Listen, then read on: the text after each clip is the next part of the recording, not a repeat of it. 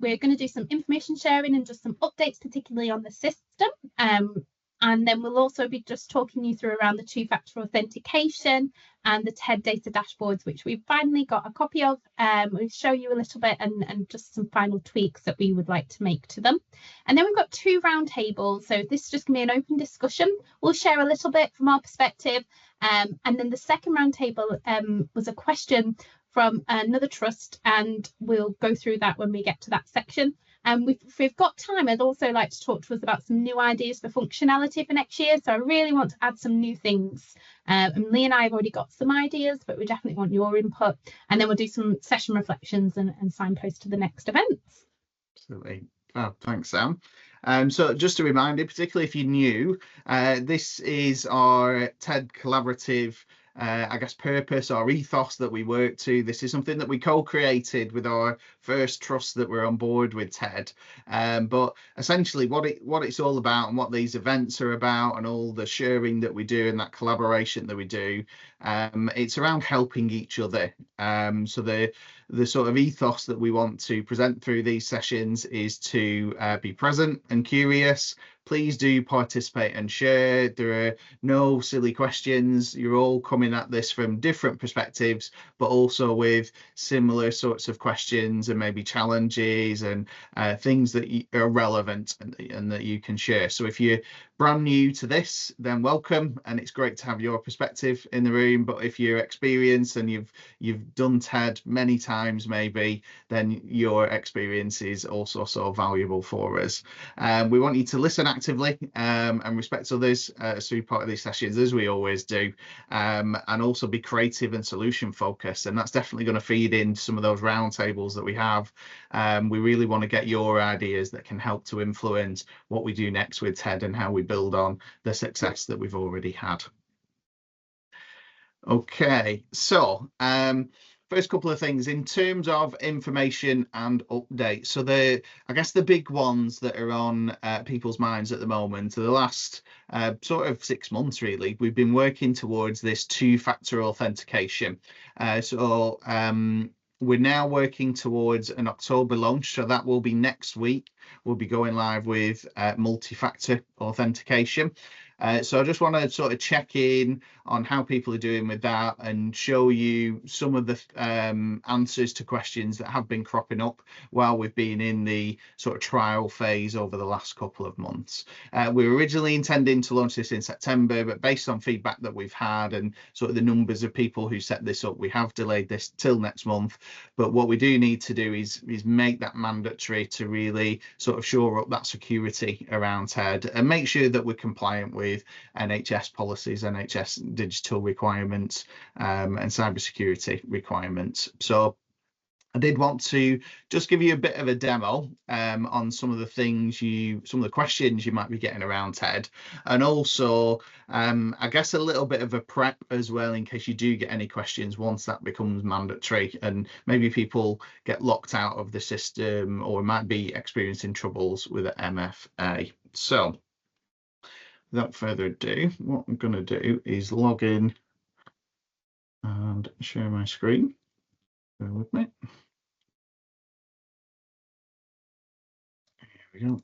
I think this is enough. Okay, can I just check? Can everyone see my screen now?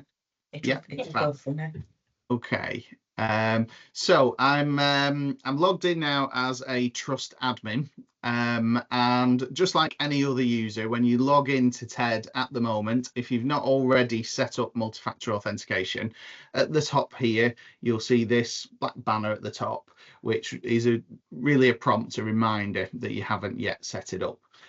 From I think it's next Tuesday, the 1st of October, what will happen, anyone who's not yet set it up, it will take them to the setup page as soon as they log in. So one of the questions we've been getting a bit over the last few weeks and months is if someone doesn't set it up before, will that stop them using it completely? The answer is no, it won't. It will just prompt them to go straight to that setup page. So please don't panic if there are users who haven't set it up yet, and you can see in the system now who set it up and who hasn't. But just for that prompt, you'll get this black banner up here, and when you click secure my account, what happens then is it takes you to your My Profile section. So you could, just the same, get to it this way as well. On the left hand side, you've got this My Profile section. I'm logged in as a trust admin now, but it's just the same if you're a team leader or a divisional leader. So it'll look the same for every single user.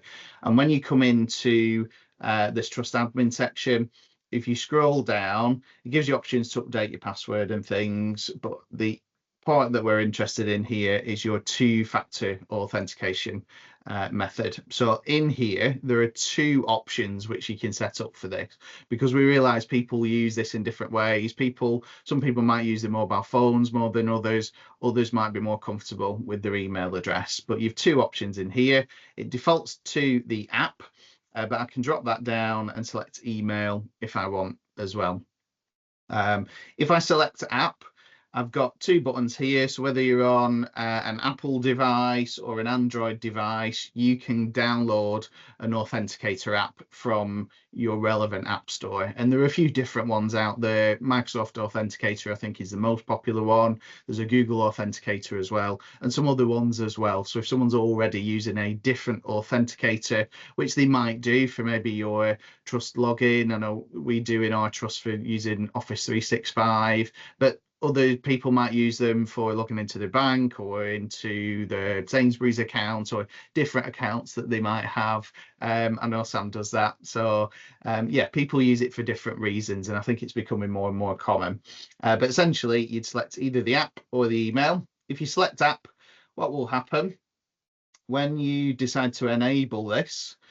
So you scroll down a little bit, this sort of blank screen here, we do have a video that sits in there. I'll not play that for you, but any user can watch that, and it talks you through basically what I'm doing now. But when you click enable, it will ask you to pop your password back in. And when you do that, I'll not do this on screen now, but it will take you, it will then set that up for you, so it confirms with your password, and then it will ask you to confirm that your multi-factor authentication is working. If you've done it with the app, it will give you a QR code to scan so that you can scan it on your mobile device and set that up into your authenticator app. If you do that on email, and I'll just show you one I preferred earlier, you'll get an email that looks something like this. So it'll say, to log into your TED account, your security code is whatever, and you'll have to type that number back into the TED website to confirm that it's working. And essentially, this will happen each time someone uses that email. If you do it through the app, you'll get a number through the app, which regenerates every minute or so, I think. When you do the email, you get a code which is valid for 3 minutes, and then you put that in. Now, just to highlight one sort of hurdle that some people have found, if the email is taking a while to come through, we recommend using the app, because some trust firewalls have meant that emails take maybe a minute or two to get through to the user. So that then means they've only got a little bit of time to copy it and paste it into the site. So as a short-term workaround, what we'd say is use the app as a preference. However, what we're going to look at with our developers is if we can extend that time a little bit longer, just to allow for any sort of delays you might get in your trust. But do let us know if you're getting that delay, and then that'll help us decide what's right with our developers. I'll just come back to the site. And then once it's set up, you'll have it in there. But the next stage then, I guess, is sometimes you might get a user who's maybe using an email address that they don't log into often, and they're not getting into their account. This, you know, they've set it up but then forgotten they've deleted the app, or they've got a new phone and they haven't got the app. So if you get any problems like that, what you can do through the administrator section, so this is just as a trust admin, so the accounts that you've all got on the call today, what you can do is come to user management, and from here you get your list of users. And if I select one I set up earlier, when you can search for a user, so if I put Al Hunt in there, you can see if a user has MFA set up or not. But let's say this person has come to me, said, oh, I'm really struggling, I've locked myself out. What I can do, come to this edit screen, so your little pencil icon in there. And what this will allow you to do is see that user's details. Oh, Sam, go on. I think it's the view button, sorry, Lee. When I was doing it the other day. Yeah, gotcha. It's going a bit slow because I'm on our developer side, just bear with me. There we go. Yeah, so under the view button, so what you get in here, you get the list of the surveys, which you might have looked at before when you've been looking at different users, but you also get this disable MFA button. So if you do that for a user who's struggling to get in with their MFA, what that will do is cancel off their current MFA credentials and ask them to reset it up when they try to log in. So if you get any concerns next week, anyone who's struggling to log in, that is one way around it. The next useful thing, which I think a lot of people know, but just under the edit screen, if this will come up, if you get anyone who has forgotten the password and they need that to get in through the edit screen, you can reset someone's password. I don't know whether our dev site's going to play ball with me on that one. So there we go. Okay, so I'm in as a trust admin now. I'm logged in, although this is myself, but this is a different user account. So this is a team leader account. What I can do is pop in a new password for that user and then click reset password, and that will send them a new password. What it will do, the first time they log in, it'll ask them to change it to something that only they know, so that it is super secure. Okay, so that's the main sort of triage which might come up. What I would say, if you do get any big problems, we'll be available. I've blocked out some time next week, so I'm definitely available to triage any email requests we get in, any support requests that we need, and we're here to help. So do get in touch if you need anything. Next thing I'd just like to show you, sort of loosely related to that, but also to do with one of our system development updates. So as a trust admin, you'll be familiar with our reporting page that you get. So one of our newest additions, and I have shown this at one of our coffee catch-ups, but you now get an export users button.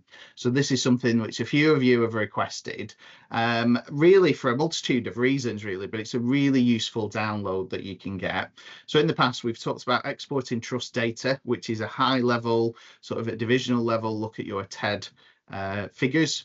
You've got export surveys data, which downloads a full list of your TED results for all the different teams that have done it. But in terms of export users, I'll just click that now, but I think I've got one I downloaded earlier.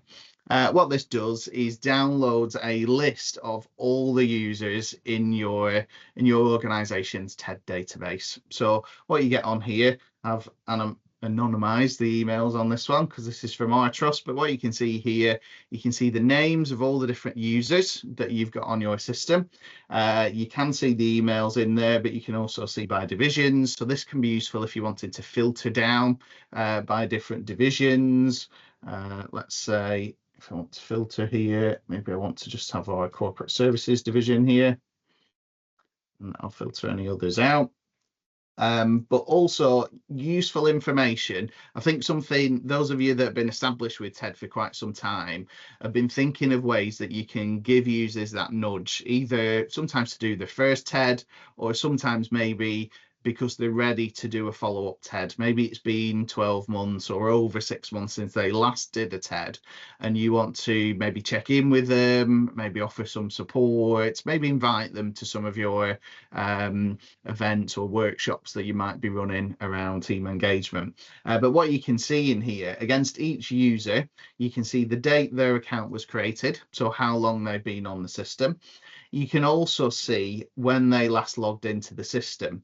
So on here, any with a little star indicates that they are over 6 months since they last logged in. But what I could do here, if I want to filter this, is it descending? Let's put ascending. Some of the stars mean that they don't come. So what we could do, I'll have a word with our developers on this one, but the intention is that you can pull out those that might be over 12 months old and build up that email list for your nudge list. While we're on the topic of MFA, what you can also see through here is who set this up. So you can see which ones have an N and not on it yet, and which ones are a Y. And what I would expect, after next week, you'll get a lot more turning into Y's there. But also you might want to use this for that little bit of a nudge to any users who haven't yet set it up. Give them an email, maybe link to the video, which is on our YouTube channel, of how to set up MFA in there as well. Other useful things you've got, whether they're suspended accounts or not, or whether they're live. So maybe if someone is having trouble logging in, any with the Y in there might have had their account suspended. And you can also see the numbers of surveys that are in their system. So how many are currently active? So that means the date hasn't yet passed, or how many have been archived as well, and also how many follow-up surveys there are in there for that particular user. So we hope that'll be useful for you. It's definitely been useful for us, and I know some of you have already been trying it out and using it, but it's just another way of looking at the data that is in the TED system, and are able to use that. Okay, I'll just stop sharing there, but Becky, you've got a question. Would you like to come in? Yeah, sorry, I think I probably missed it when you were looking at the column that says anonymized email. Is that for IG purposes? Oh, sorry. Yeah, that's just because I'm showing it on screen today, so I've anonymized that. When you download your report, it will have the emails in. Yeah, so don't worry about that. I've just done that for demo purposes. Perfect, thank you. Yeah, good question though. Thanks, Becky. Any other questions on that? How are people feeling about MFA? There's no questions about MFA, although Becky said she'd managed to do hers super quick in the background as we were talking, so that's great to know. Lovely. And I just threw into the chat as well just a link to the YouTube video as well, in case you want to have that to hand. And then I just threw a quick guide listening to you. So number one, in terms of how to disable an MFA, a colleague who perhaps needs their MFA disabling, go to admin, user admin panel, find the person, click on the eye, click disable. So hopefully it's as simple as that. If you just need a quick recap. Kim's just mentioned around some of the data isn't aligned, so I'll look into that for you, Kim. Thank you for that note. And yeah, so Chloe's just mentioned, yeah, easy to set up, just trying to nudge people. I think people are used to these types of processes now, but yeah, I know it will take some time to socialise it. And come on in, Justine, sorry. Just a quick question. I know that I had a flurry of activity as a lot of managers were setting up their MFA, and a couple of them asked me if it was necessary to reset their password, because I think that is, as you scroll down, it asks you about that. And when they said to me, do I have to reset my password? I said, why don't you just do it? But I wasn't sure if it actually was necessary. Yeah, good question. So the answer is no, you don't have to reset your password. So it's on the same screen because it's on that profile screen. So if someone doesn't want to, they don't need to fill that section in. But if someone does want to reset it, they can go to that screen at any time to reset their password. Thank you. Yeah, good question. Thanks, Justine. Okay, is that everything, Sam? Yeah, I think that's everything in the chat. So yeah. Fab. Next thing that I wanted to demo to you, and again, I think I've given some people a bit of a sneak peek of what's coming up, but for some time now, we've been working on enhancing our data dashboard report. So on the screen I just shared with you, you'll notice our current dashboard section. So a little bit of a graph on your numbers of TEDs that are happening by division. And it's sort of useful in giving you a quick snapshot indicator of the TED activity that's going on. But since we developed this version of TED a couple of years ago now, we've really valued your feedback on how you want to use that data, how you want to present that to your organization, how you want to prove the impact that TED's having, and also how you want to understand where to target your support based on TED data that's coming back to you. So what we've been working on for the best part of this year really with our developers is creating some dashboard reports which will help to highlight these things to you. The information is in there, so it's in those trust survey exports that you can get down, but we appreciate that when there's such a wall of information, it can be hard to know what to look for, what are the right filters to do and how to do it. So what I wanted to demo for you today is just show you where we're up to with these dashboard reports, give you a sneak peek into what's coming, and just talk to you about maybe anything else that you'd like to see or how you might want to use this. So on screen now, I'm logged in. I'm actually logged in as a super admin, so you won't get these 3 buttons here. But when you log in as a trust admin, once we launch this update, you'll still get your trust data, surveys data and user exports as you do now. You'll also get an indicator as to when your trust started on TED, so you're aware of the timeline which this data refers to. Still, same as ever, you get the TED themes along the top. But these are filterable by different divisions, so it defaults to show you the whole organisation, or I can filter this down to, I've only a couple of divisions in my test database, but I can put that on corporate services, and these figures will then update by that particular division. What we also get then is we get our numbers of TEDs created. So this is the graph that we essentially get at the minute, but it's filtered a bit differently. So if I've got corporate services, obviously there's not a lot of data in there at the minute, but we can see that there was one done in August. If I go to surgery division, we can see a couple done in September. I'll come back to all. And then this is where it starts to get a bit more valuable, I think, that builds on what you've already got through TED. So one of the things clients have been telling us is they like to report on TED progress quarterly, and that might be in different ways. So I know in our organisation, Sam and I might present data back to different divisions or to our executive board based on the activity that's been going on through TED. So this can be really useful in our quarterly growth stats sort of section. So in here, you can start to filter and see the numbers of TEDs that have been created in each quarter. So over the course of time, you'll be able to get an indicator as to, are there certain quarters that are more popular than others? And I think my expectations will be that maybe TEDs might slow down at this time of year while we're pushing staff survey in a big way, but maybe they might pick up again in maybe the first quarter of the new year as the results start to come out. You're asking teams to build on those staff survey results, but you'll be able to understand that based on what this screen is telling you. What you can also see in here, numbers of follow-up TEDs. No data on my test system at the minute, but you can start to see numbers of follow-up TEDs by quarter. So again, you can start to see how often are we getting teams to repeat this? When are they doing those follow-up TEDs? You can start to see participation numbers. We are going to ask our developers to put the numbers on rather than just a mouse over like this, so you can quickly at a snapshot get ideas of participation numbers. But I think the really valuable one is participation percentage. So if I was to look at this, I might say, oh gosh, of those TEDs that have gone out, we're only getting 33% response rate. So this might be something we want to target our comms around over the next quarter, or next year. We want to work on that as part of our comms. And finally, and this one's probably more useful to you than anyone else, but look at the numbers of team leaders created. So you can see how many new users you're putting onto the system. This might help give you an indicator of how many people you've trained up. And then you can start to map that against things like the numbers of new TEDs that are happening, how many of those team leaders that you're creating are following through and doing the first TEDs. So that's our first way of looking at the data. Next one is more about score trends. So up here, you will get all the different TED themes in there, and you can select or deselect different graphs. But again, this just gives you an annual snapshot. It is a rolling annual snapshot, so we can see from here back to last October.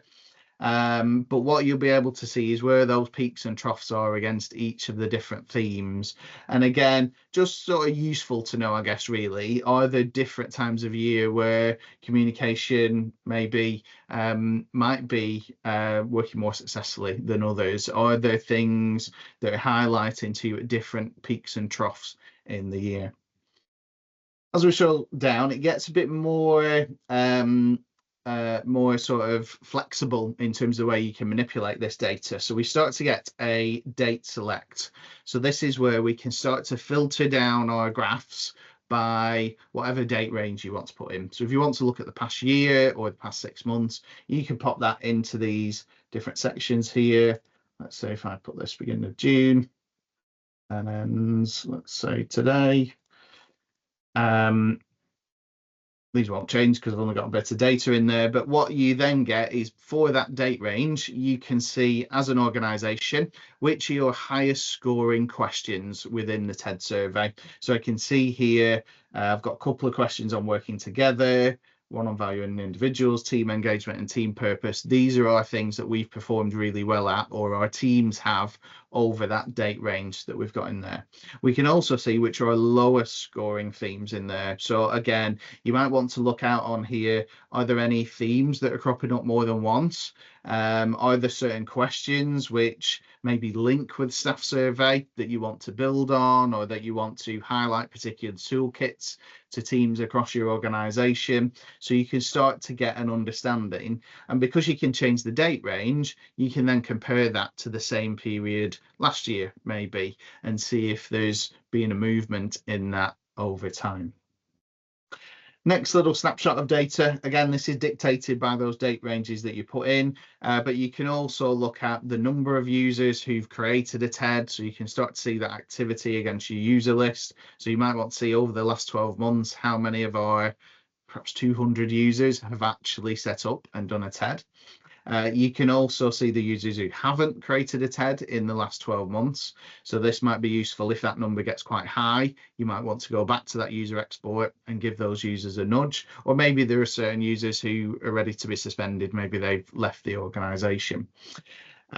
Also, what you get in here is your numbers of responses in the last 12 months, and these sorts of headline figures. We are going to look at adding a few more of these in there, but these are the sort of things which maybe when you report into the organisation, you might want to highlight just how high that engagement has been, maybe over the last 12-month period. If you can say, I don't know, maybe 1,000 staff have interacted with a TED, and maybe that might be team members who've been filling in, or team leaders who've set up a survey. It can give you an indicator as to what that level of engagement is, and also it can help to give you that sort of internal target as how do we want to grow this next year, where do we want this to get to, and what can we do to keep that momentum. Final little way of viewing the data, and again we're working with our developers to tweak this a little bit and just give you extra sort of numbers on here which might help you. But in terms of performance by different divisions, you can select your organisation, and it will give you a bit of a spider map of your different themes. So we can see here perhaps working with other teams is something we want to really work on in our organisation, but communication and engagement and valuing individuals are real strengths that we've got.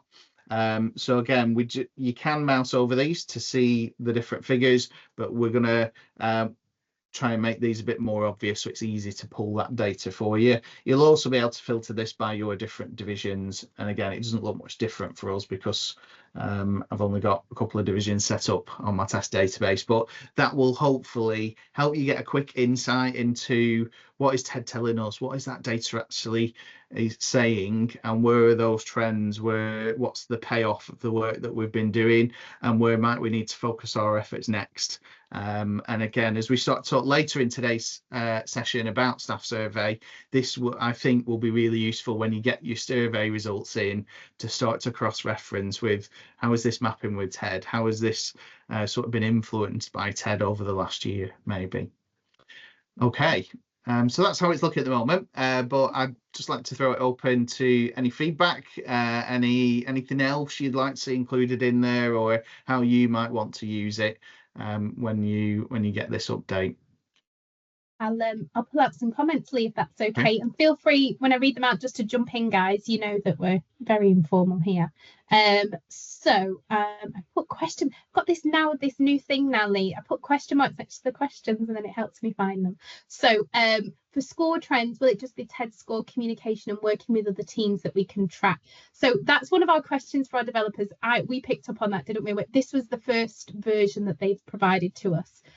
So I was under the understanding that it will be all the different scores, both the themes and also the overall averages. So we'll come back to you on that one. It's a really good question, Chloe. Can I just ask what you would like to see there so that we can bear that in mind? I think just something against each of the themes would be good, because I think people are kind of quite aware of what those themes are now, and that's how we tend to report on other things, so that I think it would be useful across all the areas. But I mean, a lot of what you've just shown is amazing and takes away quite a lot of what we've been doing manually anyway. So I'm like having a little party celebrating that I have to do it all by hand. So yeah, but across all of the themes would be great. Fabulous, thank you so much. That's what we're hoping definitely to have there. So that's good, a good sense check with you. So I'm starring yours because I've done yours. Let's keep going. Yeah, some nice comments to say that it looks good, and you know, people are pleased to see this. And Chloe, you've also mentioned you've been doing some number crunching. Tell us a bit about that. Oh yeah, so we wanted to kind of have a way that we could demonstrate not only the engagement by like how many people we've trained and sort of how many TEDs have been created, but looking at all of our cost centres that have staff attached to them, because we obviously kind of set people up associated with a cost centre anyway, and looking at what percentage of teams across the trust are kind of engaged with TED and using TED. And that's been really useful for us to say, like, you know, we've got 16%, I think it is at the moment, of our teams are using TED, actively using TED, and it's given us something to kind of measure against and set a baseline as, and sort of create some sort of KPIs for ourselves in terms of what we're aiming for. So yeah, and that's been probably the stat that's been the most impactful when we've reported on it to people. So yeah, just to add that in. Brilliant. And like you said, to start to see, you know, how that can increase, and then maybe using that with staff survey, which we might talk about next. That's really good, Chloe. Thank you for sharing that. And yet Becky explained that she'll probably share this with the HRBPs as well, which is really good. Connecting other people into the data. There was another question. I thought I'd done 3 questions. Oh, yes, here we go. Found it. So we did ask for the graphs to be exportable. So that's on our list of, did we miss something off our wish list? So we'll go back to them on that. I suppose worst case scenario, it would be a screen grab, which I know isn't ideal, but that might be sort of bronze for us right now, and then we can keep building on that. So thank you for that question. I'll give you a star, it means I've done it. Be useful to understand. Yeah, so in terms of the definitions that sit behind an active TED, yeah, we always have this focus on, so you can't get your TED report released until you have at least 3 people invited and 3 people completed. So we felt that that was the best way of what I always say, a true TED. So it's not a TED unless at least 3 people have filled it in and that you invited 3 people. So I think that's our definition that sits behind that, if that's okay. Yeah, so just to sort of go into that in a bit more depth, on the reporting, when it says active TED, that means TEDs which are currently live and the deadline date has not yet gone past.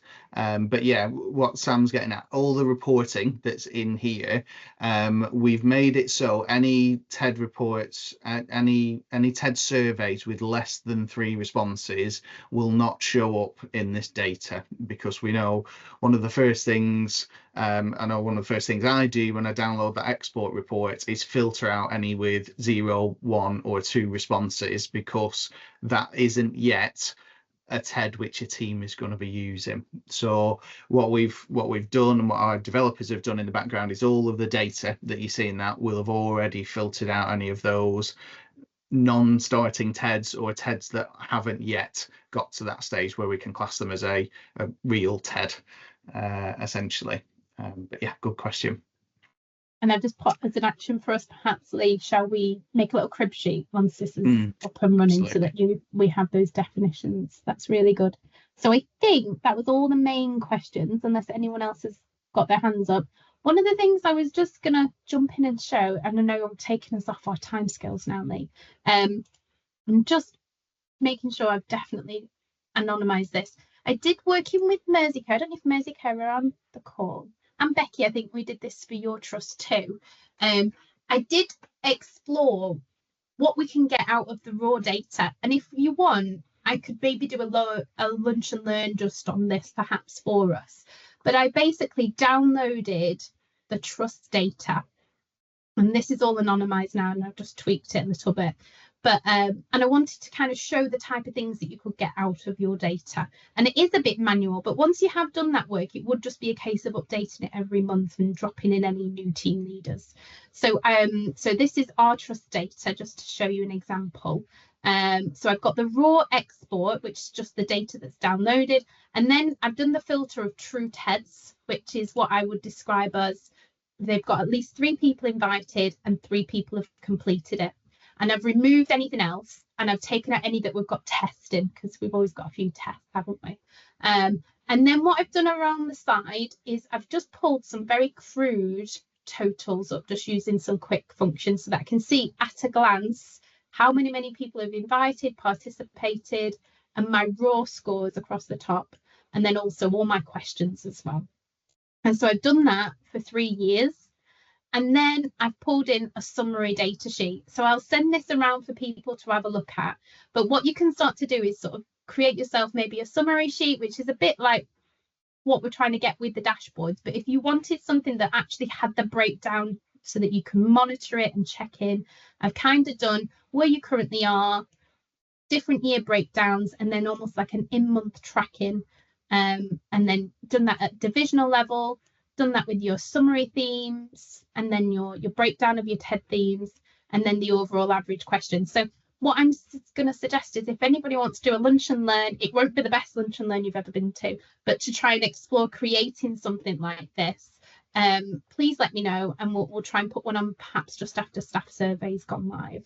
And then I've also pulled into this the user list, sort of divisional uptakes, all the questions, and then how you would filter them from highest to low, and then over different years as well, so that you could see over the first year, second year, and third year if there's been any shifts in the questions as well. So I'll just stop sharing for now because I'm going off track, aren't I, Lee?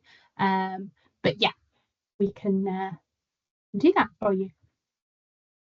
Yeah, that's fab. And I think quite a lot of people are saying they'd really value that lunch and learn. So yeah, great idea, Sam. And that feeds in well to what we'll be doing later, is talking as what would be helpful next year from our content and lunch and learns, etc. So just to come back to our slides, if we come back in here, so we've looked at the reporting dashboards, we've looked at user list exports and the MFA content. So next point is to come to our sort of sharing of staff survey and how TED aligns with staff survey. Now I know quite a few of you will have seen this slide before. I know quite a few of you use this slide in some of your comms around staff survey. But what we wanted to do in this section is really just highlight how we position TED alongside staff survey, and also some of what we do at Lancs Teaching in terms of our comms around staff survey, what we're doing at this time of year, how that feeds into what you do when the results come out, and with the intention really of prompting that conversation around what do you do, how's it working, what have you done in the past, what maybe you're planning to do differently this year. So just to summarize this slide really, and I think this is a really good one. I'll share the slide deck with you following today's session, but if you want just this one on one deck, please get in touch with me. But essentially what this one does is it gives you an overview of what staff survey is and why that's important. It gives you an overview of what TED is and why that's important, and also how they're different, but it also covers the similarities between the two, because I think especially at staff survey time of year, we can experience some pushback from perhaps team members, people out there in the organisation who feel that they've recently filled in maybe a TED survey, so why are they being asked to do staff survey now? Or vice versa, if the big push is on staff survey, why is their team also doing a TED, and how is that different? So it's really useful, and this can be useful for team leaders as well, to have a good a good way of differentiating the two. And essentially, the way I describe this to people is that staff survey is about giving feedback to the organisation. It's about feeding back how your organisation's doing, and an opportunity to influence the national picture as well, because it's the biggest staff survey of its kind. It influences what NHS England do, it influences what you do at an organisation level and the types of support that's put on. Staff survey also has a very broad focus, so it covers all the elements of the people promise, but it goes into more depth on some of those elements than TED would, which is more team focused. But also TED is that benchmark where we can compare ourselves against other like-for-like organisations across the NHS, so that we can get a barometer of how we're doing in comparison, which areas we might want to work on, where we're having particular success, and where we might want to share things as well. When we look at the opposite side, the advantage that TED has over something like Staff Survey is that you can do TED whenever you want to do it. So TED allows the team to engage with it in the way they want to. It allows them to flex it so that the team leader can set the duration of the survey. They can decide when they want to feed it back, and it happens in real time. So as soon as the team's ready to view their results, they've got it there. They don't have to wait for any external number crunching or data protection measures like you have with the Staff Survey. The other sort of key point I've touched on with TED is that TED is team specific. So whereas sometimes one of the challenges we get around Staff Survey is that our data is lumped in with a larger department, particularly for smaller teams, I think this is relevant. TED gives you that sort of super focused team measure, and you know that the people who have answered your TED are just people who are in your team and that contribute to the way your teams work. So that's in control of the team and the team leader. And then finally, what I think for a lot of teams, definitely, and for a lot of organizations that come on board with TED, the sort of key point which differentiates it is TED then has the so what, if you will. It has those resources that give you practical steps that you can take on top of it. And this is where I think TED fits so well with Staff Survey, that once you get your Staff Survey results, it will give you those high level measures, but then doing TED and using the toolkits gives you practical steps on how you can influence that as a team, what your role is as a team. And then between both, there are real similarities. So the research behind both TED and Staff Survey is very similar. It's based on engagement in the NHS and in a range of different industries. So it is research backed to prove its validity. That evidence is there. So I always say it's evidence based in two ways. Firstly, that research that shows why team engagement is important, but also the evidence that teams get from their TED report. It's something tangible so that teams can start to work on engagement. And then finally, both surveys are anonymous. So both Staff Survey and TED are safe ways of providing constructive feedback to be able to influence that bigger picture for either your organisation or for your team. So there's key benefits there.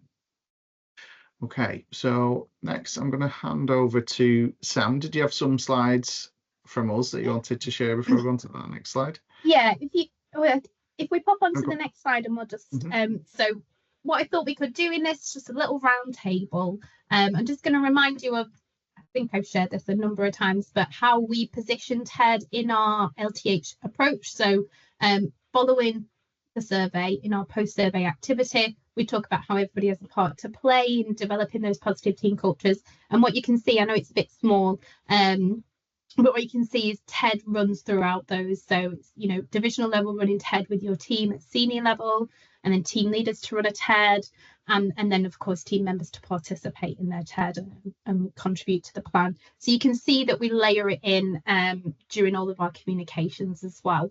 And then the only other thing I thought I could share, if it's helpful, is just some things that we've been doing around our campaign. It's probably, we should maybe share this a little bit, but maybe it might be helpful for you for next year perhaps.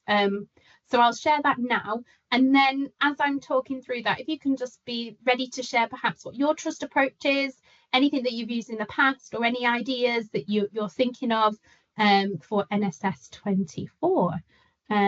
So I will do the share screen now, Lee. So So I'm not going to share every single slide with you because that will be boring. I'm happy to circulate them if you would find them useful. But we have done quite a big campaign around results into action because we know that's really important. I think that's sometimes in the past perhaps something we've not done as much. So we tried to do quite loud results into action regularly over the last 6 months, not just at the end. One of the things that we do have is something that we call the Leadership Forum once a month. It's something quite new, and I've been taking advantage to basically put all my content out there at every opportunity. So some of the things that we talked about was just a kind of, we called it the Journey to Staff Survey 24, and we started back in August. And so we were talking about sort of our performance. What I really wanted to hone in on is some of these managers' questions to make sure that they're very much aware that we will be getting feedback on our managers. So I really put that at the front. Also gave them some positive feedback and said, thank you, you're making this happen, you're making a difference. And then highlighted that actually all of these are actionable for these. These are not things that are outside of their control, perhaps, which is often where we are as managers, particularly in the complex systems that we work in. But actually all of these things here are things that they can do. I know it's hard making time for it and there's challenges with these, but they are all within their circle of control. We then use this lovely picture that I'm now putting in everything that I do from NHS employers, and try to really link to, actually, it's not one thing that we do, it's all of these things here that create this, and that actually the outcome is retention, attraction, performance and patient experience. And so I really tried to hone in on, when you are focusing on your staff experience, you are focusing on your patient experience as well. Did a little bit of a why is it important? And then I made everybody a 60-day plan of things that they could do between now and the next staff survey, and then gave them some tools to do it. I won't go into everything, but the first thing was making sure that they knew what action had been taken from a trust level. And then I also tried to give some stories so that they could see what we did with the free text comments, that they don't just sit there, that actually as a trust we're listening. So I took a free text comment, made sure it was anonymous, but made sure it was really open and honest as well. It wasn't easy to read this, it is very much giving us feedback on that colleagues weren't feeling comfortable, that they felt that some decisions were made that weren't safe. So then I kind of shared in a storytelling aspect of what we'd done from an OD perspective to take those comments make it into action, and then tried to show the impact as well. So we've reduced the number of boarded patients. That's been a particular focus for the trust. Then talked about response rates as well. And I've really framed our communications around, you can expect your manager to give you time to do this. So it really made it clear that all colleagues should expect to have 10 minutes to do that. And then got them to share their ideas of things that they've done to facilitate people to take response. I then tried to focus on advocacy, which I don't know whether we're going to get there, but my idea was that if we could just get them to really think about some of these questions. So our engagement, so these are the main engagement questions from the staff survey, and what you can actually see, it was the patient care or standard of patient care that was actually preventing us from moving past national average last year, which was, it's always disappointing, isn't it, when you're seeing increases everywhere else. So I pulled out that question and got them to think about, first of all, I showed them this figure of saying, 58% were happy. Does that mean that 40% weren't? And actually, no, it doesn't. It just meant that a lot of people are in this neutral space, and got them to think about that. And then we did a bit of activity to get them to have conversations with their team around, well, what do you think would help them answer that question more positively? Can you have that conversation? And then finally, we linked into TED. So we started to talk about, if you do a TED and support culture change at a local level, that will have an impact on us at a trust level. So really focusing on local conversations, making changes at that, and then just gave them some key messages around TED. And I suppose what our key message really is, if you do a TED, staff survey should take care of itself, because you're having those conversations and you're moving things forward. We really wanted to get away from this avoiding perfect time thing, and I think something that Lee talks a lot about. There is no perfect time to do a TED. But the moment that you start, that's when you're going to start to see those improvements and changes. And we tried to keep them from thinking that they had to create complex plans. Actually, could it just be one or two things that you do and keep things moving? And getting them to think about how the whole team should take responsibility for actions. And then we just shared some of the national data as well, in terms of where we could see trusts that were doing over 100 TEDs. They were sort of seeing that we are a team improvements nationally in the staff survey in 23. And again, if you had under 50 TEDs in your trust, we were seeing that they were slightly lower scoring in the we are a team. And then we also looked at this again, where trusts were doing between 0 and 50 TEDs. You can see it in the dark blue, where we were seeing 50 to 100 TEDs. And what we're starting to see is if we can get above 100 TEDs, that's where we're seeing the difference in some of these staff survey scores. So that was just something that we've been doing, linking TED to staff survey in our trust. Happy to share them. Yeah, I will attach it all. Ignore the script as well if in the presenter notes they don't always match, because I copy and paste slides and forget to update the presenter notes. But yeah, happy to share those. So I guess the next thing is just to hand back for ideas from the rest of the group, if that's okay. What's your trust approach when it comes to TED and staff survey? Anything new you've tried or anything you tried last year? That'd be great.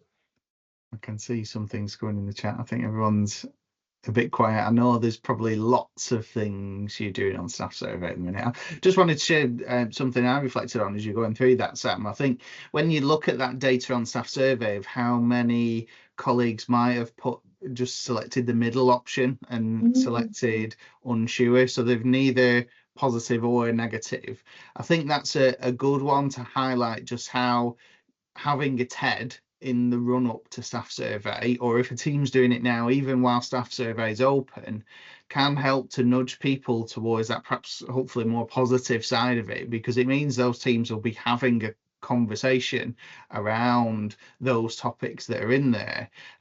So even though this question is on standards of care and there isn't a question in TED around that, I would expect a team who is doing a TED, the TED conversation that comes out of the TED results will be linked to how is the way we're working together impacting our standard of care? How is the way we communicate impacting our standard of care? So it will start to sort of bring these things into people's minds. And I think sometimes the challenge you can get around staff survey is that because people are so busy, staff survey might be the first time they think about some of these questions until they actually get the survey in their inbox. So if they've had a conversation around it recently, that will mean they're much more likely to have that view that, yeah, we are working on improving patient care, we are working on improving the way we collaborate across other teams. That is something that happens. And something I'm always saying to team leaders is our staff survey results reflects how we are as an organisation, but from an individual's perspective, the way you operate within your team has the biggest impact on how people perceive the organisation. And if you can get that right at the team level, and we can get more and more teams doing it, then that it shows from the data that Sam was showing, once you get multiple teams doing it, over 100 teams doing TED, then that starts to reach that critical mass, I guess, and starts to really influence that big picture for you as an organisation. A couple of hands up. Do you want to bring them in, Sam? Yeah, come on in, Jane. Thanks for waiting. No, thanks, no problem. It was just a comment, really, on that question you just highlighted, Lee, and I think your point's really well made. The TED tool staff survey is a data gathering exercise, but the key thing is talking to people. And when we explored this question in our organisation, when we talked to staff about this neither agree nor disagree kind of thing in terms of recommending it as a place to treatment, they said, actually, I put that because I don't want any of my family to have to be treated. Yeah. So it's how we interpret the question sometimes. And for me, TED and staff survey is a start of a conversation. Let's talk about it. Well, let's get underneath the issue, really. So we've got the data, but what does it really mean for people? And so I think from an OD lens, it's absolutely that dialogue, talking to teams, talking to people and unpicking it and exploring it helps to increase understanding and hopefully might shift things for future as well. I love it. Thanks. I think that was exactly, I think I hadn't put that point, so I'm just going to steal that one that you meant. Because I think people are very black and white when it comes to these types of questions as well. So, for example, if they haven't had family or care or friends in the hospital, they're like, oh, well, I don't know because I haven't had any family. So I think that, and I know you also, I think I shared it when I was doing this presentation, like the NHS rhetoric that's out there, you know, in newspapers, media and all that. I think that has a massive impact on how people answer this question as well. I think that's a really good point.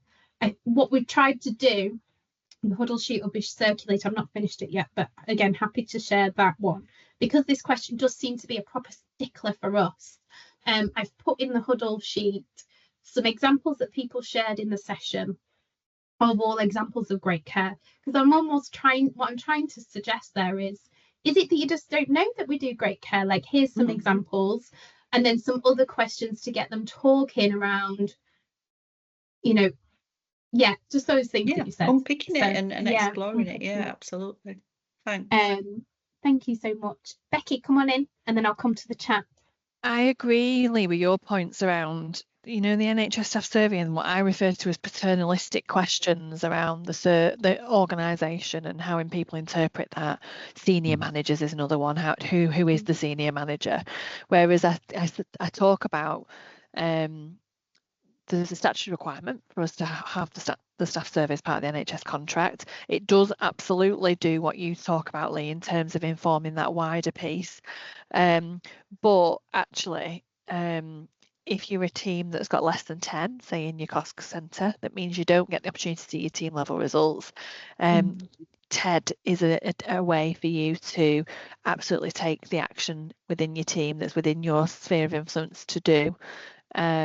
So I don't think we've not abundantly made the link, I don't think sufficiently in our organisation, and this call's made me think about that between TED and the staff survey. But there's part of me also that wants it to be kept separate. I suppose I'm just mulling that over around the fact that they are very different things. But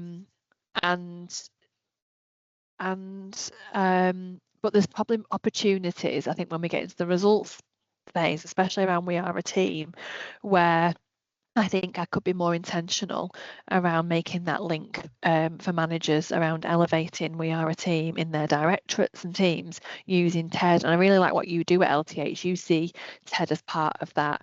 So what, don't you, in terms of what to do next and those 3 easy steps to take forward and make improvements. So you're making me think really about results time coming up and how I can work closely with our staff survey lead on strengthening that. That sounds great. Thank you, Becky. And yeah, let us know what you know after you start to think about it, what you do next. That'd be really helpful. I'm just going through the chat as well. I'm just picking up on Sharon's point. I know I hate the Likert 5 scale. I would definitely agree 4 or 6 is better for me, but I wish we could have a bit more say in that. And particularly from my experience working at Man Met, if an academic, and I'm speaking stereotyping, but often academics, if they didn't agree, they wouldn't put it at all. Like, it was very, very, and I think they might have said, I slightly agree. So I think a 6 scale would be useful there. Great idea. And I think Kim also agreed with you, Becky, around 10 people in their team, if they could do a TED if they couldn't get their staff survey. So that's a really good point as well. Chloe, do you have any guidance around how managers can practically look at staff surveys? So I think we do in our toolkit try to link the two there, and happy again to share a little bit more about that. What we try to say is have the conversations at similar time. So, look at your staff survey results. We definitely talk to your team a little bit about them and still have that conversation. But then instead of just making your action plan at that point, do the TED and then kind of bring them both together at the same time, because I think staff survey tells you stuff that TED doesn't. Sometimes it could be flexible working, things like that can be really important to have those conversations. But I think TED might give you a temperature checker as well where you are now, because by the time our team leaders get them in March, it could be very different than where they were in October. So I think it gives a bit of assurance that the data is meaningful and relevant and timely. And then Justine's also put, yeah, it's more flexible and it's a complementary tool. Absolutely. Did I cover? I think I've covered everybody's there. So thank you so much for that. I hope that's useful. We will share everything. And if you do end up coming up with ideas, feel free to share them at a coffee catch up or a future session. That would be great. So I just introduced it. So one of the things that we love, we've had two queries this month. One of them was around talent.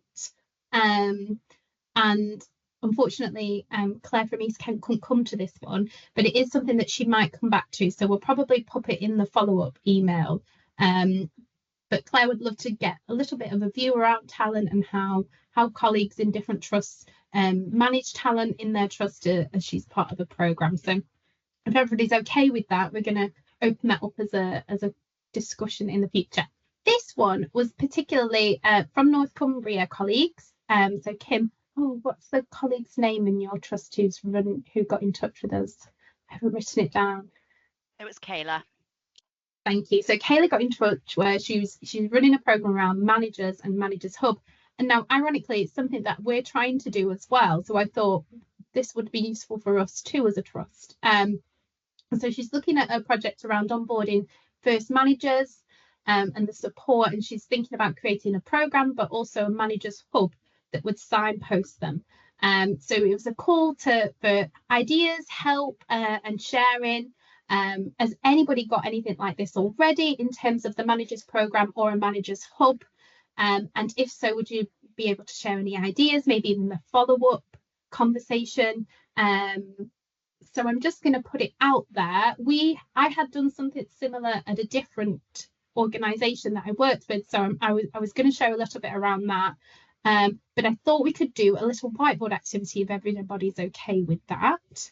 And I can see we are wondering, oh, brilliant, Becky. So I might come over to you in a moment if you're happy to share a little bit.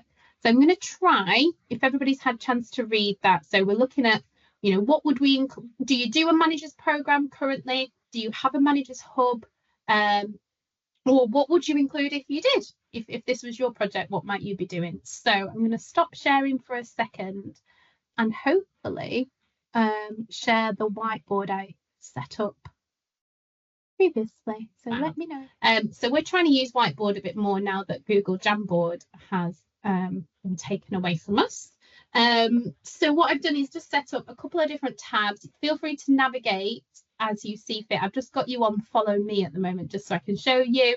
So if you've got a managers program and you want to add any notes in there around what's in it, great. Or if you were creating a managers program, what might you put in it as well? Managers hub. So I'm thinking it's probably some sort of intranet page or something like that. Do you already have one? What would you put in it if you did have a managers hub? And then any ideas generally or anything else that is on there. So if you want to have a go, that'd be helpful because I can then share this back with everybody else later. And then if anybody wants to just jump on and talk, that's fine too. I don't know if Becky wants to share a little bit about your first year experience with your new programme. That would be fantastic. Do you want me to wait till people have put stuff in, Sam, or do you want me to talk a bit about it now? I think you can get us started and people can listen and add their own comments as they go through. That'd be great, Becky. Thank you. So ours is, we recognise we've got a gap because there was nothing around things like navigating our system. So as a new manager, so workforce, people, data, the systems that you interact with around that. So things like ESR, we have GAP, which is a workforce repository reporting system. So we have the first session they come on, so it's a 8-week program, and we run and rolling cohorts all the way through the year. The first one they do, which is OD facilitated, is around what is the role of a manager, what is the role of a leader, where is there the overlap, what does this mean in our context. Second session is around balancing the books, so it's a finance-led session, understanding how to interpret your budgets, what your responsibilities are linked to being a manager. We then have allyship, so starting your allyship journey and introducing them to allyship, talking through why there's a reason for allyship within the organisation, looking at things like staff survey and DES data. What else do we cover? Culture, so looking at TED, have a whole session around TED. I don't train them in TED, but I kind of hopefully increase the appetite for finding out more and booking on a TED team leader training session. I talked to them about team effectiveness, some of the theory that underpins that, get a gauge from them about how much time are they actually spending focusing on that as part of the role, how to make meetings more engaging and facilitating conversations rather than just death by meeting, and very much KPI orientated, more about actually making it more engaging with the team.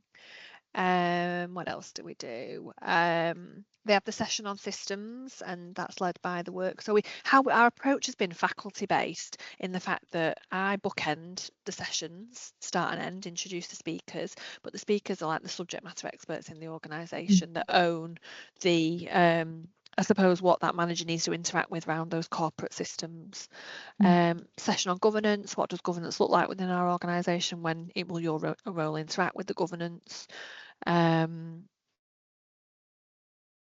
then they have an action learning set at the end, because we look at celebrating the fact they've ended they've completed the programme, and get them to reflect on what they've learned, and also then bring some live kind of challenges that they're grappling with in their manager roles as part of an action learning set. And that's it.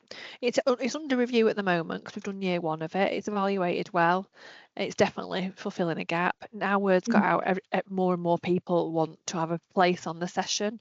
So we're just trying to manage the boundaries, because if you think about the role of a manager in the NHS, it's not just around people, whereas this is people orientated. Part of your role is the people management aspect.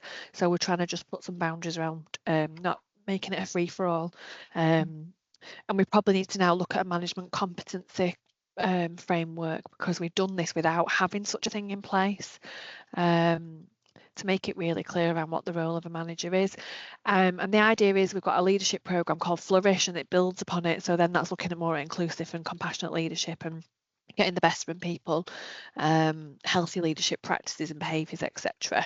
So it's not that it's a stepping stone that you need to do Connect before Flourish, but what I'm finding is that is the route that people are coming in. They're doing Connect and then going, right, I feel like I've secured the basics now around my management practice and what helps me do my role, and now moving on to thinking more about my behaviours as a leader. Yeah. Thank you so much. Was there any particular parts of the first year that stand out for you that made you think this is the right thing for us, or what do you think you're seeing come from this? What I'd say in the role of OD is not everybody has, I suppose, the skill set that we have to hold that space and make it interactive and learning. So we have to spend some time with each of the subject matter experts to really look at the knowledge base in terms of what the knowledge they want them to acquire, but how to make that a bit more less dry than a bit of a talk and chalk session. So that's where I saw our role coming in, really, to help with that. And there's still opportunities to refine that too. And also just kind of you feel like a bit of a celebrity when you're walking around the trust, because people will go, oh, you do my Connect session. I'll go, oh, do I? Sorry, you can't remember everybody, can you? Especially when you're in a digital learning space.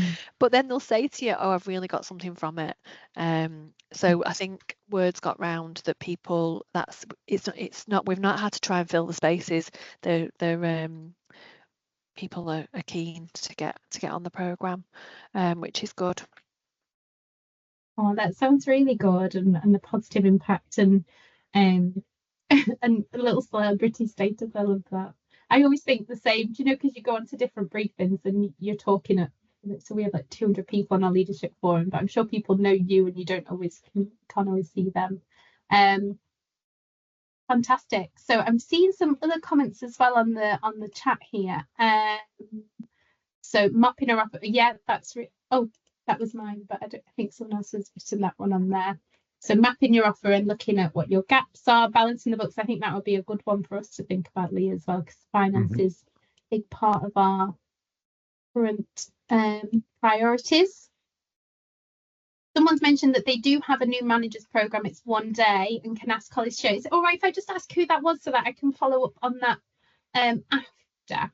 It doesn't say what trust is saying what.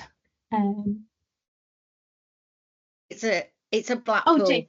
Oh, so fabulous, we've just reinstated it in the last 6 months. We did have a manager at Blackpool training session for new managers. So anybody who's just joined the trust into a management role, and then anybody who's been recruited to a new management position within the trust.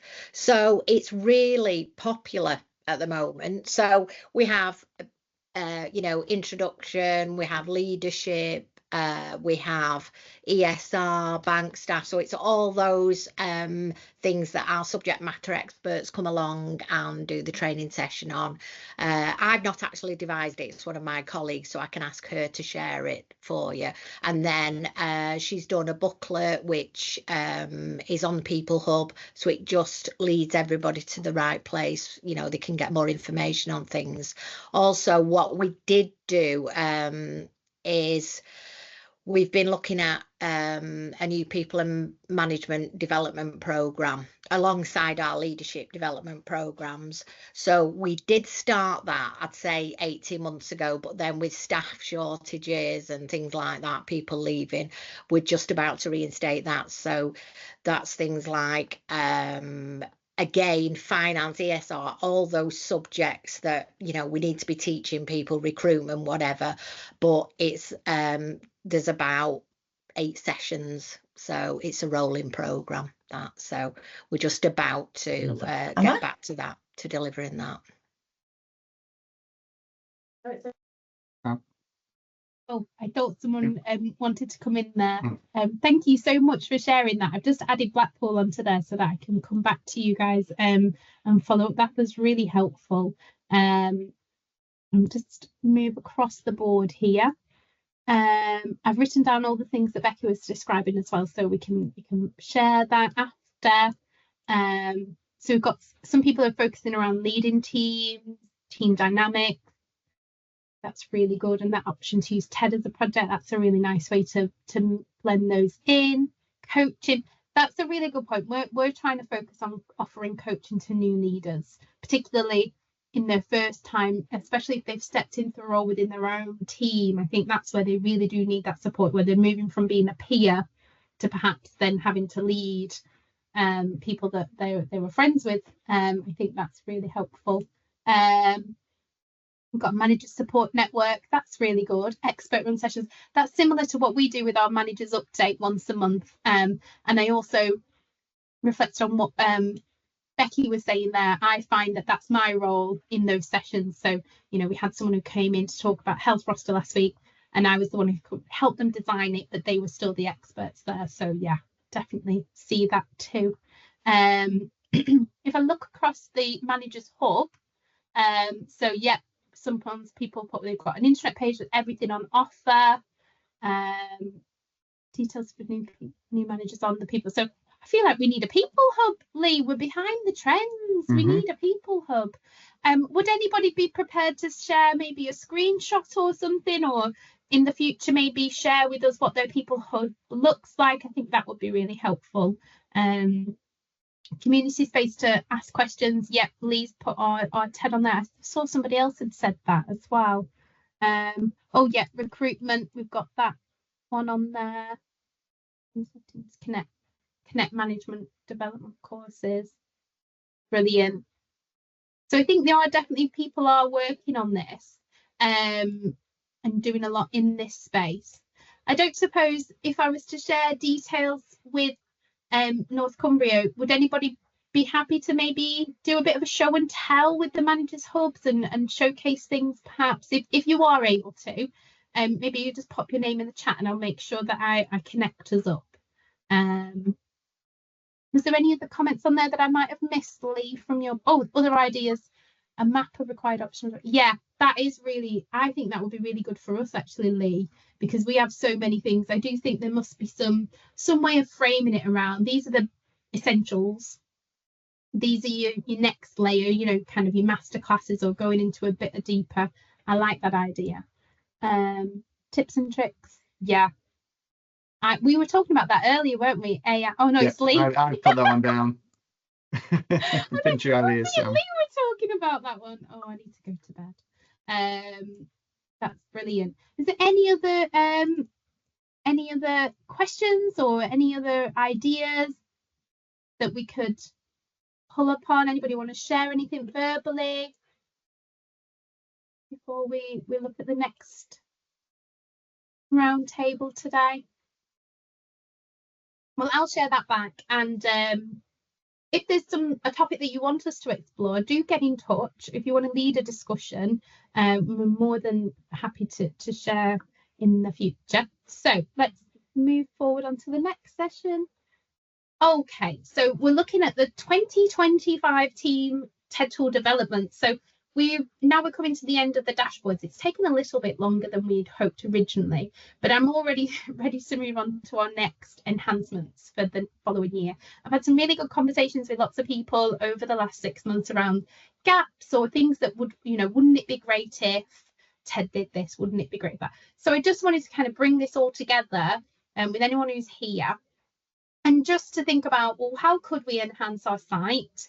I'm really thinking about micro learning or, short, sharp activities or interactive TED tools, because we have quite a lot of TED tools now, and we can keep doing more TED tools. But I'm wondering around, how do we create it so it's a bit more interactive for team leaders?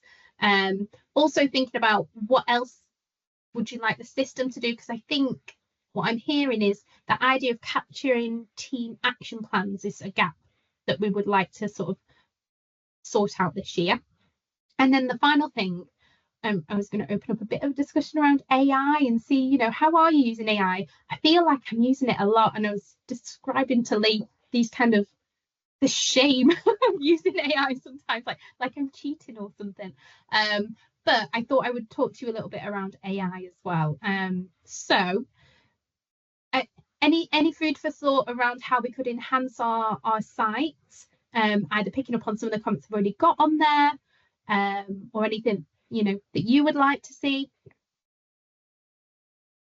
Okay, I'm just answering Chloe's question. Yeah, we just need to give our feedback on and do some final tweaks on improving the reporting, but I'm really hopeful that it will be in October sometime. Yes, come on in, Chloe. I was going to say two things.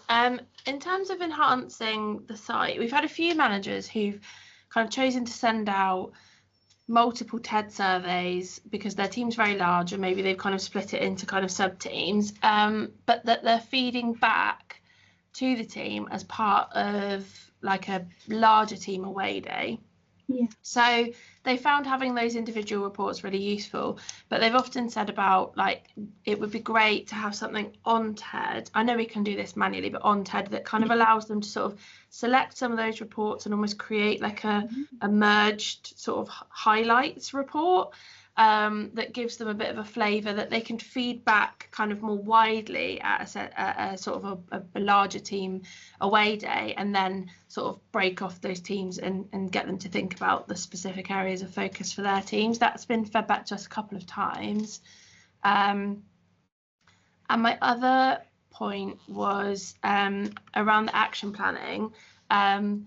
We've thought it would be great to have like a way that a manager could look at their TED report, select which questions maybe that they would like to focus on in terms of action planning for their team, and it kind of pulls it through somehow into an interactive action plan that allows them to also pull in like stats so they can see, when they do a repeat TED, what's the difference been, and then they can kind of feed in some sort of responses around what they did off the back of those initial sort of survey results, and then they can see what the change has been, which we've just been thinking really around when we build case studies.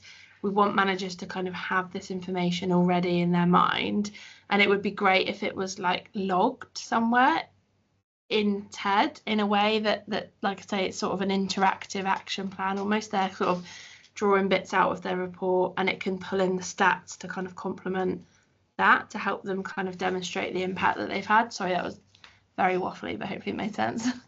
No, absolutely. I love that. And like you said, we often do those things using the export, but again, giving team leaders the opportunity to see it that way. Thank you. That's a really good idea. Does anybody want to build on any of those ideas that Chloe's just mentioned, or bring in their own?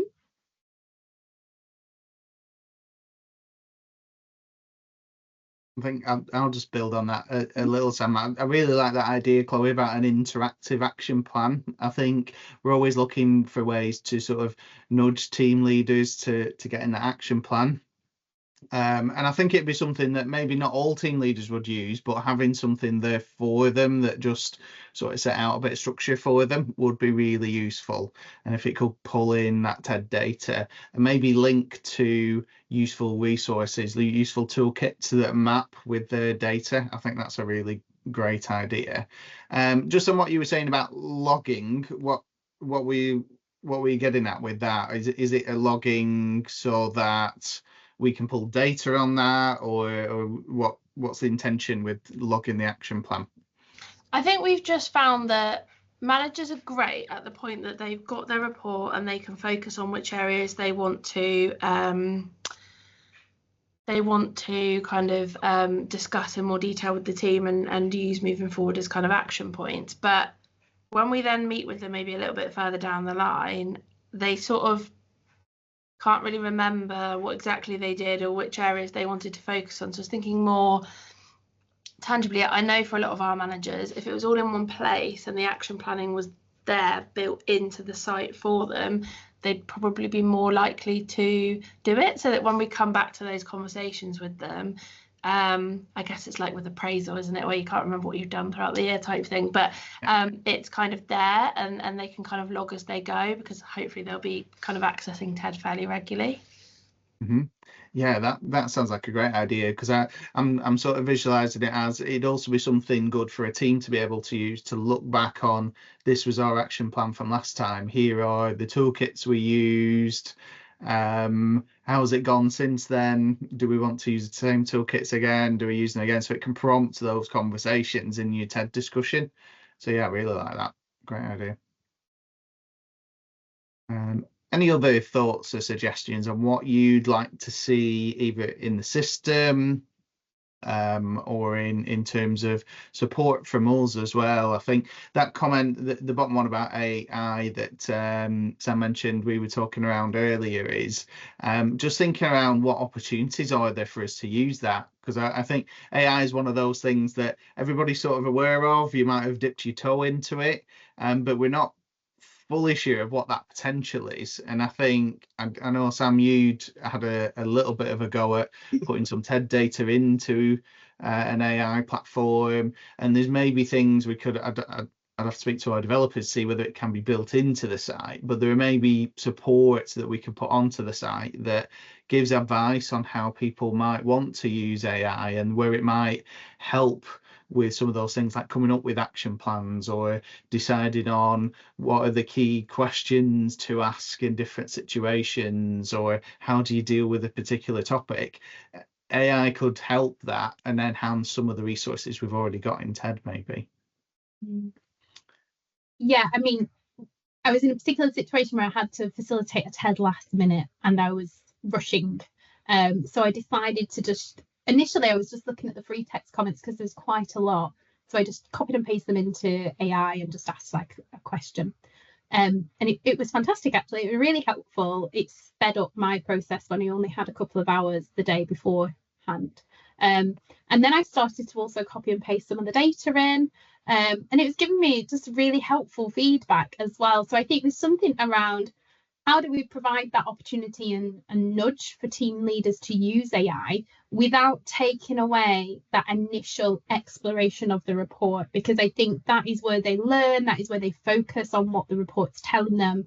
But then where could AI be supportive as well without spoon feeding them so much that they miss the whole point of actually exploring the reports? I think there's a balance there to be found.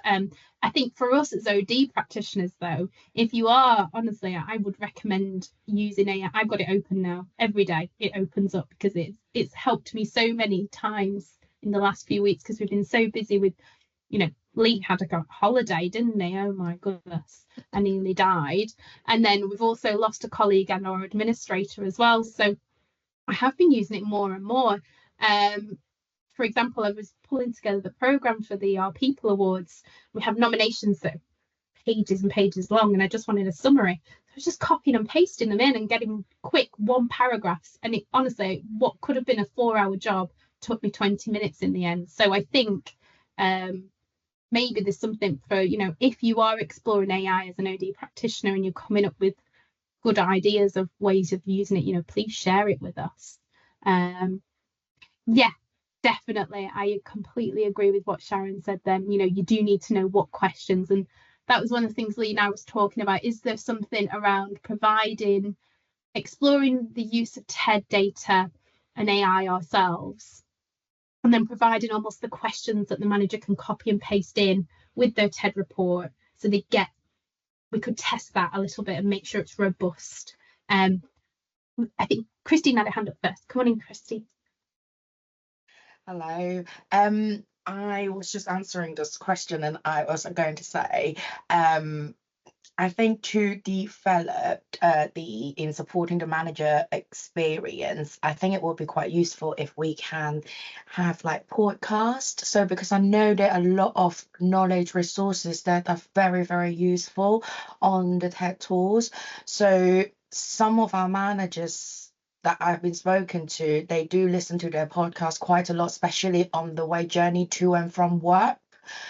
So that might be quite useful to some of them. And in terms of capturing Teams action plan, I would also like, great idea. I think it will be very useful if the system somehow in the reporting can capture what which toolkit has been downloaded.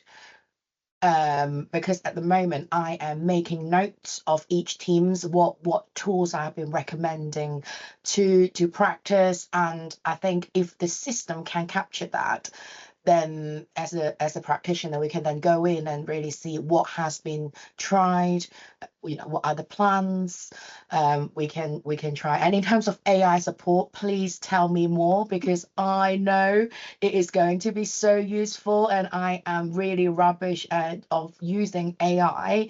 So question of how to input, what question need to ask, how do we input the data, what do we extract it from the TED report to sort of give you that processes. And in terms of staff award, we were just doing we are having our staff award next Thursday actually, and it has been a lot of work around reading those comments and award and how they grade, and getting different stakeholders to actually score it. And those senior leadership might not necessarily have all the time to read everything. So I think, but that's not so much my side, but in terms of OD practitioner, I definitely want to know a little bit more how I could use AI to support in use with TED and other ways of capturing and delivering great sessions. Thank you. Oh no, that's a really good point. Yeah, any examples of where people are using AI and have found it helpful, I definitely welcome sharing them at future sessions or coffee catch-ups, definitely. I thought I had ChatGTP up and I was going to show you, but I don't know where I've put it now. Too many tabs. But I'll try and do that next time and show you exactly what I did. Did somebody else have their hand up? I've not missed a question like that. Should I go to the chat now? I know some people have had to sneak off. I'll just check. Is there a way to see our most accessed tools? At the moment, there isn't. We did look at exploring putting Google Analytics over. It does just change our security certificate a little bit, doesn't it, Lee? So we'll continue to go back and explore that. But that was the reason why we had to stop going down that route initially. But it's definitely something that I know I would be really curious to understand which tools are used or downloaded, or what seems to get the most interest. One of the things I would like to start to do is make some of our tools a bit more interactive, particularly the ones that I think are helpful and useful, and I would like to almost nudge managers to use. One of them around the culture conversations, where it's got all the different words that describe a culture on one sheet, and manually, normally I would get everybody to circle the ones they think their culture is and star the ones they want it to be and things like that. And then you would do a discussion where you would map it. I was thinking that wouldn't that be a good tool, that if we could make that interactive where people sort of QR code it, do it on their phone, and then their word cloud comes up with their culture of where they are and where they want to be. Maybe a little bit of AI could maybe be layered in over that. I don't know what's within the art of the possible. But those are the type of things that I would be interested in exploring with you in our next quarterly deep dive. So I suppose what I'd like to do is just spark an interest in this, take it away and start to think about where you want us to move going forward.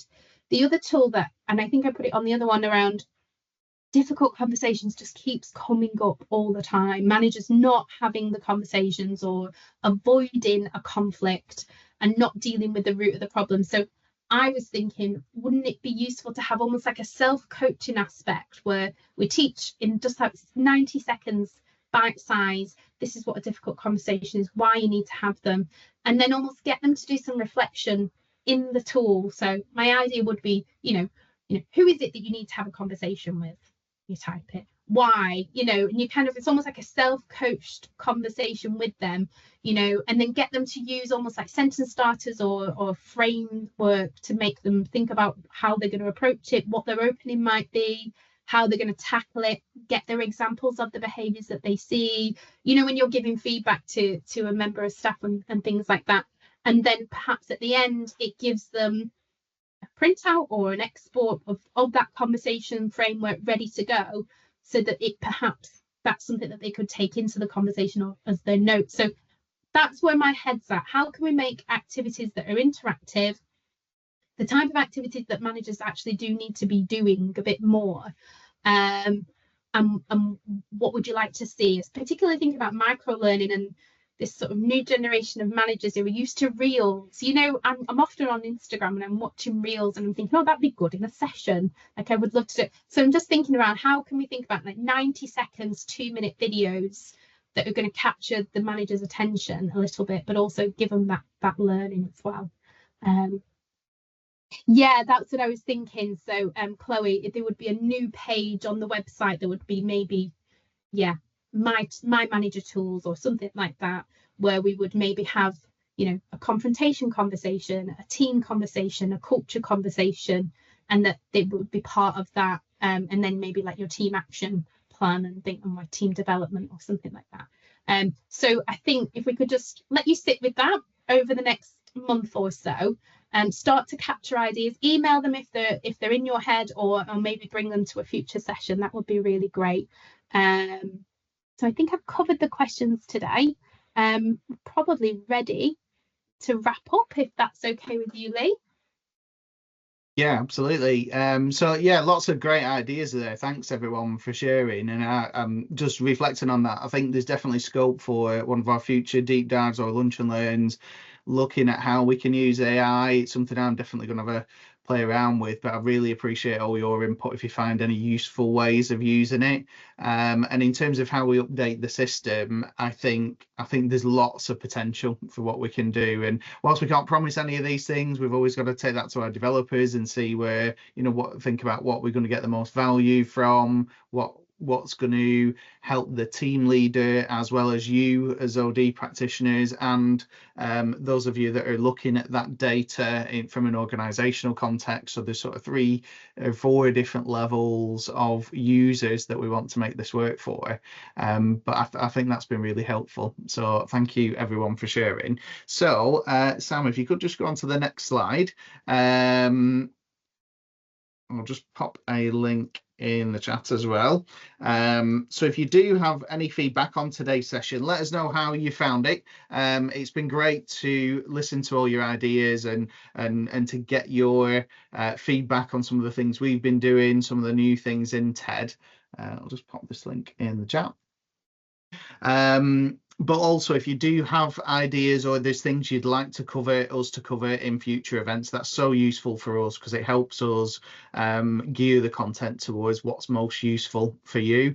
I definitely think that one around AI is something we can do. And then just coming back to what Christine was saying about podcasts, I think that's something, podcasts for leaders, team leaders. We do, if you follow our YouTube channel, we have, there's a I'm not sure what they call them now, like a sub feed called Tedcast, which I do for some of our users, our team leaders at Lancs Teaching. So I pop those into a sort of a mini series at the moment called Tedcast. But equally, if you've any content which would be useful for team leaders, which we can create centrally, which can be shared out there, maybe even put on the TED website, we can put those on there. Sam's just showing that one there. Oh, look, I've got the same jumper on that day. How embarrassing. But Sam's got one showing that one on there around dealing with difficult feedback. So any topics that are coming up a lot, let us know what they are, because if we can create something centrally, which we can all share and use, and definitely in video or audio format, which we can ping across to a team leader, they can access in the way which they feel most comfortable with, then I think that's really useful, and something which for us gets a great return on your investment, because it's something we just create once and then it's out there and can be shared as many times as new or experienced team leaders might need. So yeah, that was a really good one. But there's quite a few topics in there. There is one, just thinking back, our very first TEDcast was around using TED with Staff Survey. So Sam, myself and Heather, who's our Staff Survey lead from our team, had a conversation around how you can use TED along with Staff Survey. So if you want to find that one, that's a sort of super relevant one at this time of year. So it might be under playlist, Sam. Yeah, I'm just gonna get the Yeah. playlist. Yeah. There we go, TEDcast. There we go, TEDcast Staff Survey for Teams. So these TEDcast series are aimed at team leaders, so they're not necessarily the same as our deep dives, which are also on the YouTube channel, but think about sharing those TEDcasts with users who it might be relevant to, and maybe put in those leadership hubs, managers hubs, different spaces where you've got managers interacting. Okay, so we're about coming to the end. I don't know if you can bring the slide back up, Sam, if you've got it available, just on to the next one. So just to sort of highlight next steps from today, we'll collate that feedback, so please do send that through. I'll send out following today the slides from the session, any other resources that we've shared with you, and some links to those YouTube resources as well. And from your side, if you keep sharing your ideas, let us know what's working, what you'd like to see improved, help us keep building on that, because it really is that collaborative, that community sort of effect that's helping us drive TED forward and keep us innovating. If I think back to the way TED was a few years ago, it's already come along so far, such a long way with all of your input. So just a massive thank you to all of you that contribute to these sorts of sessions. And last slide, I think, Sam. So just to signpost you to our upcoming events, as is tradition, we don't run any lunch and learns throughout October and November, because we know you'll be super busy with Staff Survey. That's your main focus, and rightly so. But we will still have coffee catch-ups. Our next one is on the 8th of October, so only a couple of weeks away. So do drop into that if you've any further questions you want to ask or things you want to share with other colleagues across the TED Collaborative. Our next lunch and learn dates will be in 2025. So in the next few weeks, I'll be setting those dates and sending out calendar invites. So do watch out for those. And again, I'm always keen to get your ideas for topics to cover. And our final quarterly deep dive of the year will be in December. So in a couple of months' time, we'll be doing a bit of an annual data review. We'll share some of the sort of big data that we've got on TED across all our organisations that have been using TED. But we might also build in some of those things that we've been discussing about today. So if you're available, we look forward to seeing you then. We'll share the recording, so please do feel free to share that with anyone who couldn't attend today. But otherwise, just a massive thank you for coming along today. It's been great to see you all, and we'll see you again soon. Thanks a lot, everyone. Thanks, everyone. Bye. Thanks, everyone. Thank you.